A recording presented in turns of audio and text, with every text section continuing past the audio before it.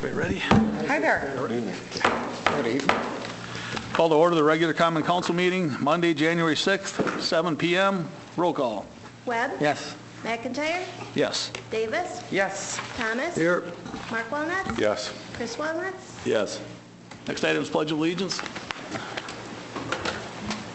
pledge allegiance.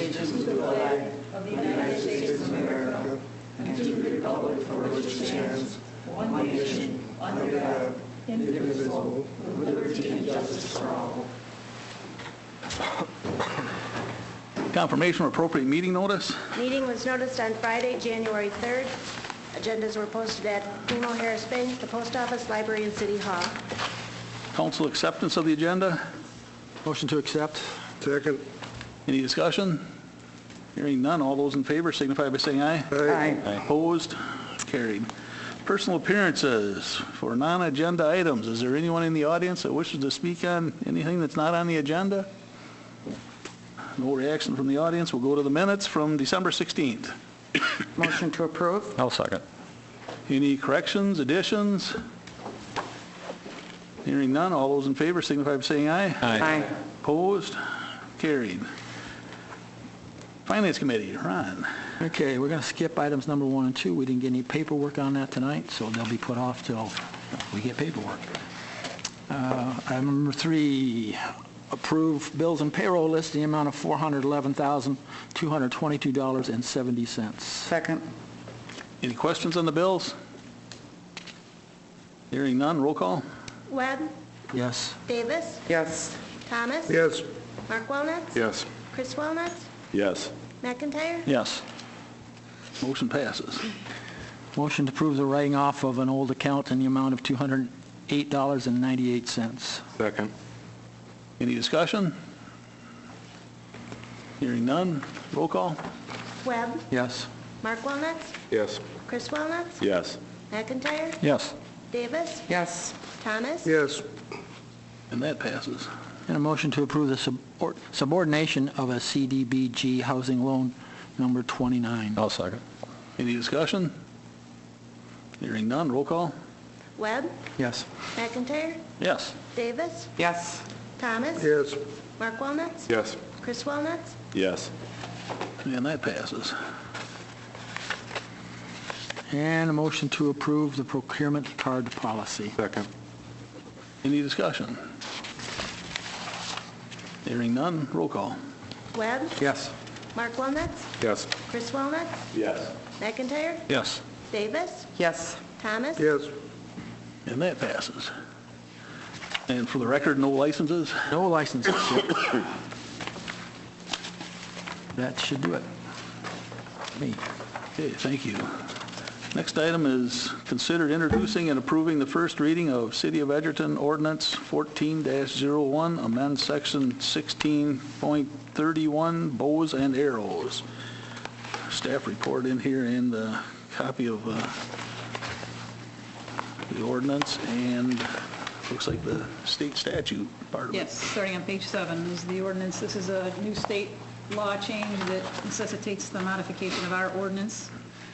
So it basically, within certain parameters, prohibits a city from prohibiting bow hunting in any municipality. So there's a distance from buildings, and you can prohibit it on the city's property, but otherwise it limits our ability to regulate bow hunting. So this amendment is in line with the new state law. Motion to approve the first reading of City of Edgerton Ordinance 14-01, amend section 16.31, bows and arrows. Second. I got a question. Yes. You want to do some target practice in your backyard? Are you shot down now? With a bow and arrow, I assume? Right. You could never before do it in the city. Now you can do it you can't do it if you're within 100 yards of a building located on a person's land. So now you can do it more than you could before. More than before? Yes, but you still have limitations in relationship to structures. It must have been a very loosely enforced ordinance in, because I'm not a bow hunter, but I know a lot of them set their bullseye out in the backyard and either stand on their garage roof or on the ground. On a lot of ordinances are of similar ilk, if you will. I mean, they're complaint-based, so if someone's complaining about it, then it can be enforced. If no one's complaining about it, then the police aren't going around looking for violators, and this is probably one of those same kind of ordinances.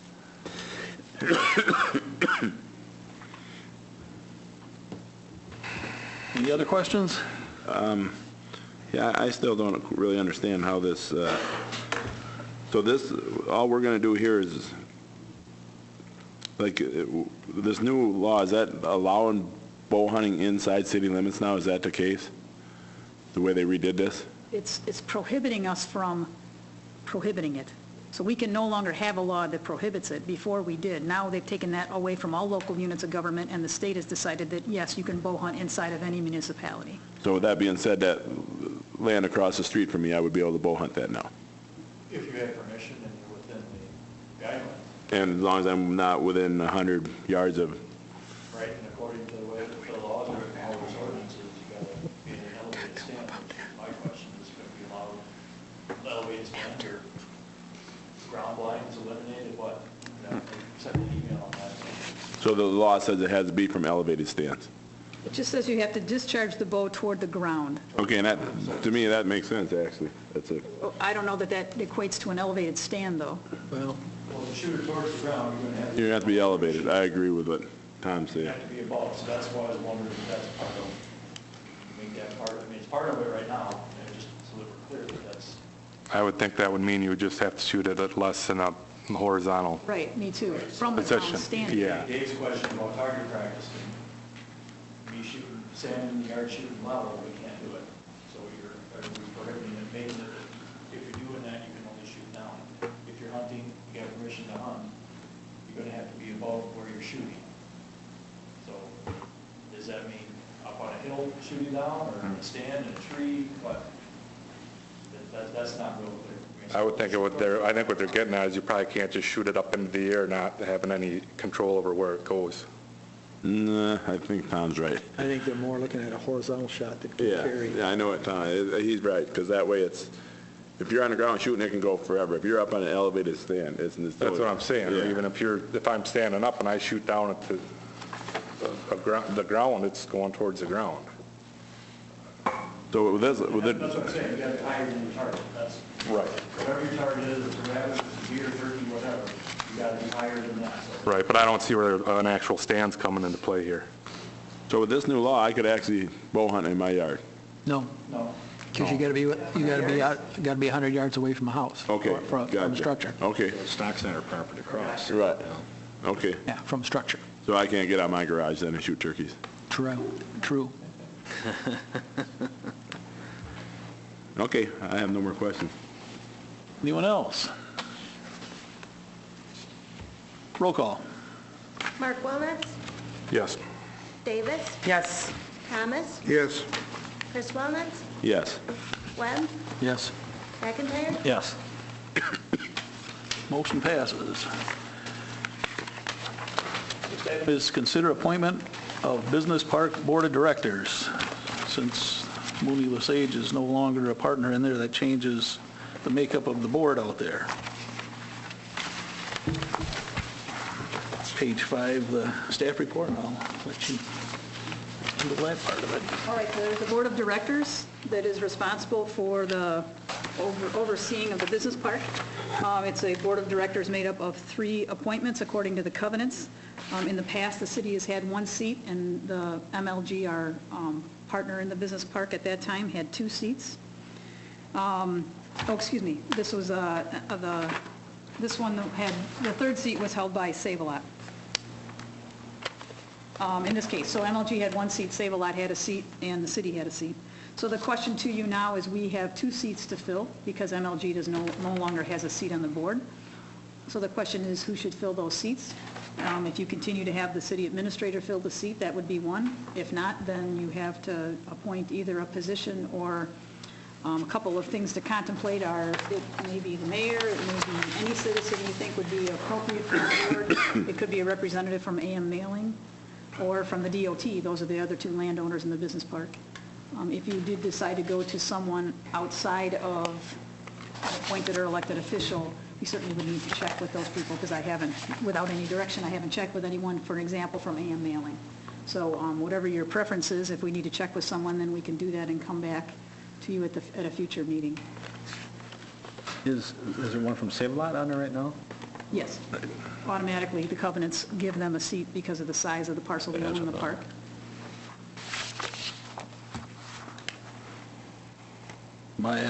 My thought is, city administrator has to stay on. My thought, my opinion. I don't think you're going to get too big of an argument from anybody about that. What we do, do we want to find somebody from outside the council, or we want somebody on the council, a citizen at large, or a businessman, or whatever, or somebody from AM Mailing? Oh, at Haytag, no, you want someone out in that. Yeah, it should be Yeah, it should someone be in if we're that gonna- business park, if you're going to have a If you're business. going to pick a businessman, And it lives should be in town. somebody out of the Yeah. business park. Good point. Yeah, I think it would be better off to have somebody outside the board. Yeah, probably would be better to have somebody we could approach at AM Mailing first, and then the Yeah. DOT second, because there are the only other two people out there. And see if they would, I'm sure they would, Oh, we got relatively sure they would like to have somebody sitting there telling their neighbors what they can look like when they build it. There's general consensus, I could make those requests and come back to you at the next meeting to see what their answer is, and if the name of someone, or if they say, no, we're not interested, then you would have to come up with Plan B. Okay. Is that acceptable to everyone without a motion? Yep. So AM Mailing first, and then the DOT second would be the order you presented, right, Ron? Yeah. It's basically based on size and amount of time they've been out there. Based on how much taxes they pay. Then no matter who moved out there, DOT would roll to the bottom of the list.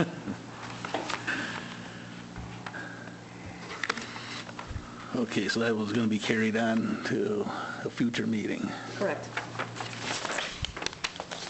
And the next one is consider appointment of the Business Park Review Board, which continues on page 6. I'll let you take that Yes. too. Okay, this is think of it as kind of like the Plan Commission for the business park. This is the technical committee that reviews all plans of buildings and sites to ensure that they comply with the design standards as well as the covenants. In the past, the city has had one seat and MLG has had two. And MLG has always hired an architect to a professional who is in the business to do the lion's share of the work, I'll describe it as. So you have 3 seats to appoint to this board, and staff is suggesting that there may be some advantages, and I think there are some advantages to having an outside professional and an architect appointed to the board. Now, recognize that unless you know of a citizen who's qualified as an architect and knows kind of industrial buildings, that probably means you'll have to pay a fee to someone. But what the architect, in my experience, has provided in the past is they have a broad set of experiences in helping businesses develop plans that are affordable and meet the covenants but are also affordable, ideas of ways to make a building more attractive without spending a lot of money. They usually bring that expertise to the table. And the other role that outside professional can play is if someone is proposing a building that is a long way from the covenants and not attaining the covenants, that person can be, I'll say the bad guy, that person can say, here are the rules, here are the regulations, and typically that outside consultant has the ability to do that more so than someone who's from the city who's really trying to get this prospect to come here. Now, certainly that person wouldn't have the last say. There's 3 people on the board, but that person may provide ideas as well as backbone to say, here are what the rules are. They're written in the covenants. You should be aware of them, and those are the things that we have to try to comply with. So you certainly don't have to appoint an architect, but the covenants do say that at least one of the members has to be someone experienced either as an architect, a building construction experience, or a land planner.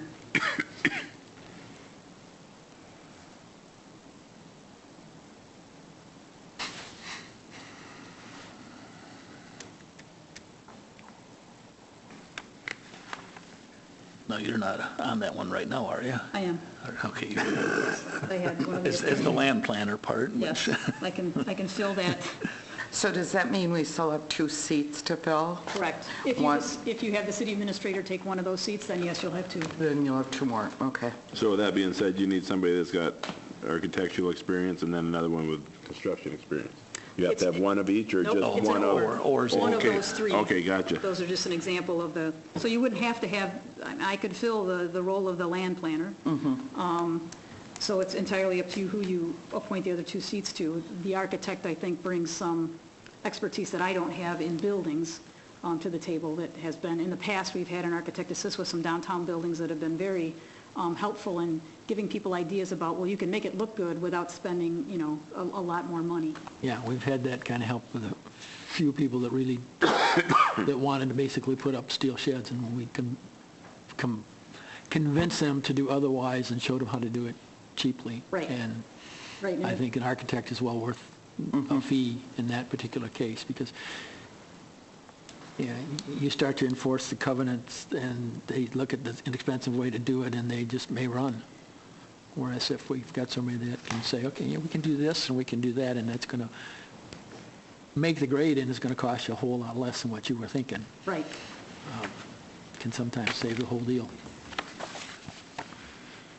So I think we can get a recommendation for an architect or find Imagine someone from somebody who's- Vanderwall or something. Well, what I thought, if you were interested in that, what I thought I might do is, the firms that have done work here in the past, we would ask for a list of, A, are you interested? B, would the person B that would be appointed to this job, and then what's the fee schedule? So I could gather that for a select group of architects, that is, people who have done work here in the past. Vanderwall has an architect on staff, as an example. Angus Young out of Janesville. There's a firm, I can't remember the name of it, but they were very instrumental in a couple of buildings downtown, had some great ideas about how to make buildings affordable and still attractive. So I just thought I would gather a list of those architects, who's interested and what are the fee schedule, and bring it back to you if that's what if you're interested in having an outside professional. I think that would be worth our time and effort, your time and effort. It's your time. And then we get another slot to fill, right? You need that as a motion, or you do this thing, bring it to the next meeting? It's the Understanding. council's. Yes, it's that we have to have some consensus of nodding of heads if there's interest, otherwise a motion would make it absolutely clear. I'm nodding my head. I'll move that we gather the information for an architect. I'll second. Any further discussion on that? Hearing none, all those in favor signify by saying aye. Aye. Opposed? Carried. Okay, so one more spot yet.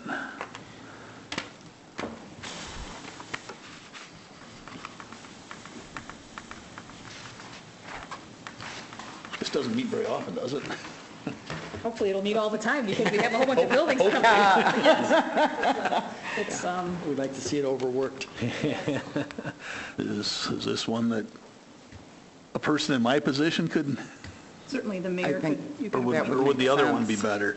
The I think board of probably directors? on this one Yeah. would be a better slot for the mayor than the other one.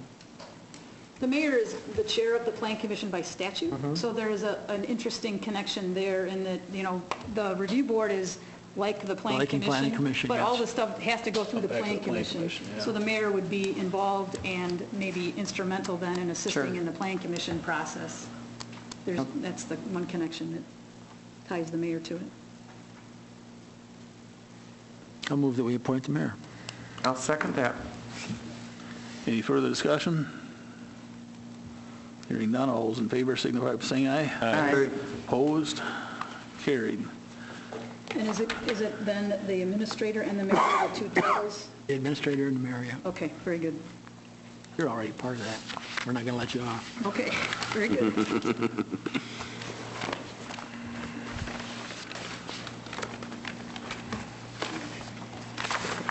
Next item is consider broker policy for business park.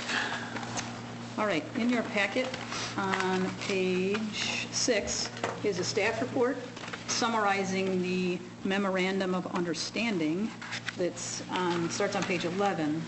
So what the issue is, I would say, is that if you are a broker and you have a business that's looking for a location, you are apt to go to a place that if there are two different sites, one which where you're going to make 6% on and one you're going to make nothing on, you're probably apt to shop the business to the site where you're going to make some money.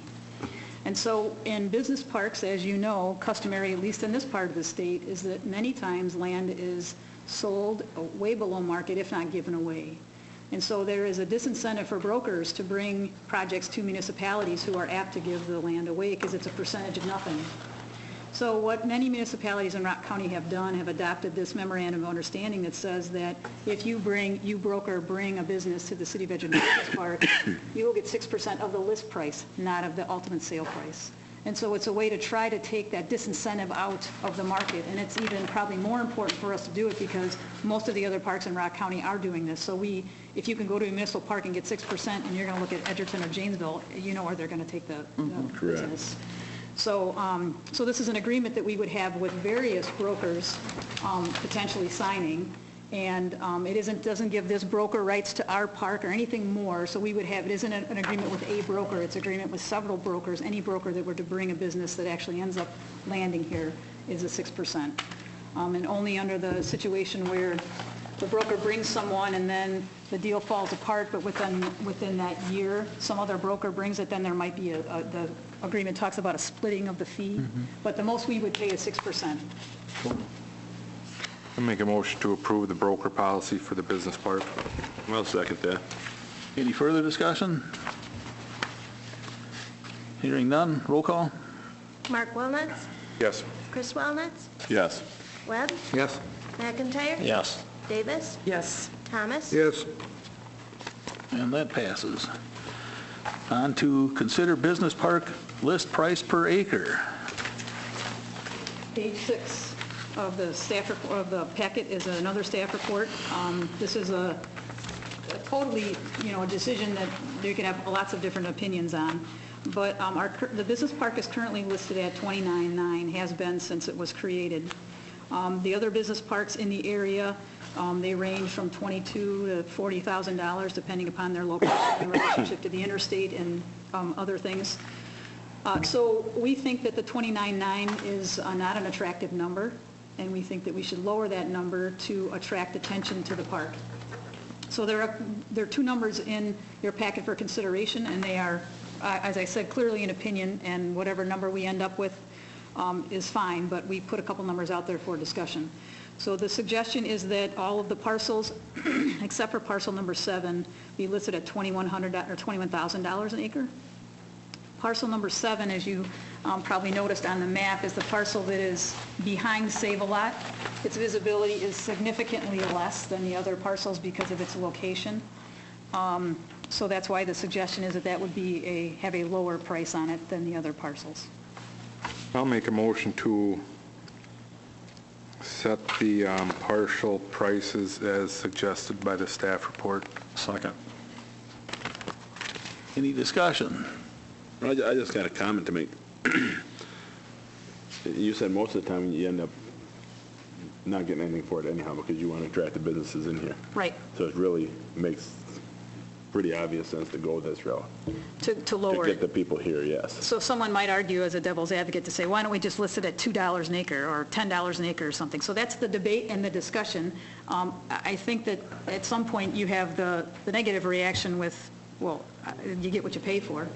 But that's a very legitimate point, and what I kind of anticipate maybe of discussion, well, if we're going to plan on giving it away anyways, what's the disadvantage of making that price really attractive? And that's the question I have. Right, and that's for you guys to decide. Why not go 15,000 across the board? Because that way when people are looking at these type of things, they're going to obviously come here first. If we're half or a third of the price somewhere else. I mean, am I thinking on the right track? It is kind of a bargaining tool too, though. It's not always right down to the dollar price, the $1 price. There is negotiations in between there that. So if that's a starting price, they know that they probably got room to negotiate, to go down yet even beyond that. So I don't think you want to start too low or you're Shooting yourself in the foot there then too. And then you're scaring off the brokers, too. Right. Well, That's yes, true, I that- never thought of that part. Yeah, that'll That's a certainly- good point, that's a good point, I never thought of that as well. My thought was 19.9 on the $21,000 price. Just at 19 just seems to come out and, Yeah, but to your point, a lot of people will have this, I mean, if they see something under 20 grand, they're gonna, Right, but then the brokers also see that price Right. right away too. Right. It's like they're under 20,000. that's so 22. You guys can do what you want. There's a motion out there, so. Yeah, I mean, I there just, is a motion out there, yes, thank you for reminding us, Mark. Any other discussion? well, how set are you guys on? I can make a friendly amendment. I mean, if you want to go 19.9, if everybody's okay with that, I'll just, I don't know, I have, I like the idea. It's just that it does look more attractive. Yeah, no, I'll go along with that. For- all right, I'll make that as an amendment. I'll second that. Your amendment, Mark? And would that be on the 21,000? Yeah, just on the 15? on the 21, the under 19.9, and then the 15 stays the same. All right. Okay, that's a friendly amendment, so we don't have to vote on that separate, or? Correct. No, okay. Any other discussion? Roll call. Mark Wilnitz, Yes. McIntyre, yes. Davis, Yes. Thomas, Yes. Chris Wilnitz, Yes. Webb, Yes. And motion passes. Mayor, all the persons and staff reports. The only thing I can think of from me is try to stay somewhat warm, at least for another 2 days, and then it'll be a heat wave. 20 degrees. Does anybody else have anything? I just had a question for Tom, but he's not here, so I can probably do it offline. I had a little statement. I was to make a note. Oh, boy. I am curious, is none of my counterparts on the city council here have come over to visit me at the senior center. What's the We're problem? not seniors. Don't you like me? Oh, boy. I haven't been there, I've been, You're correct, Dave. I've not been over there, and I've been meaning to get there now. My feelings are starting to get hurt. No. Now it's a new year. I'm back from vacation. I'm Is that a ready to revolu- buckle down. I'll Is that come a see you. revolution? No, I told her. I do Where did I not see make that? resolutions. You are, yes. Tom is the only one that comes and visits. Okay, Well, maybe you guys need to settle down then there. I enjoy it. Get pretty rowdy sometimes, these old ladies. I'll be over. Talk me into it.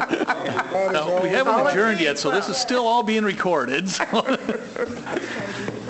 The thing I wanted to talk to Tom is I actually had a complaint from down on Mildred Circle where he said, I forgot the gentleman's name, I wrote it down at home too, that the streets weren't getting salted. I've spoken with him. Okay, and I guess my response was that I know that they salt the main roads, but personally, I personally told him I didn't think we commonly do all the side streets with salt, do we? Nor would we want to. We do it as needed, but the conversation with the gentleman primarily was there's a balance that has to be struck between the budget and public safety. And so it's a judgment call, and so we accept the calls from anyone who has a complaint about a specific area. We look into it, and if it is, specifically bad, then they'll do something to Right. address it, whether it's sand or salt or whatever it is.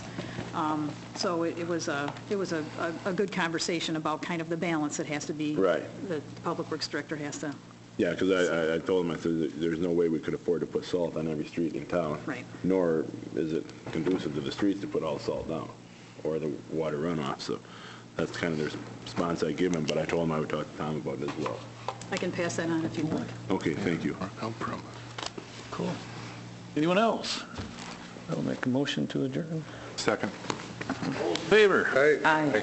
Opposed? Motion passes. Thank you.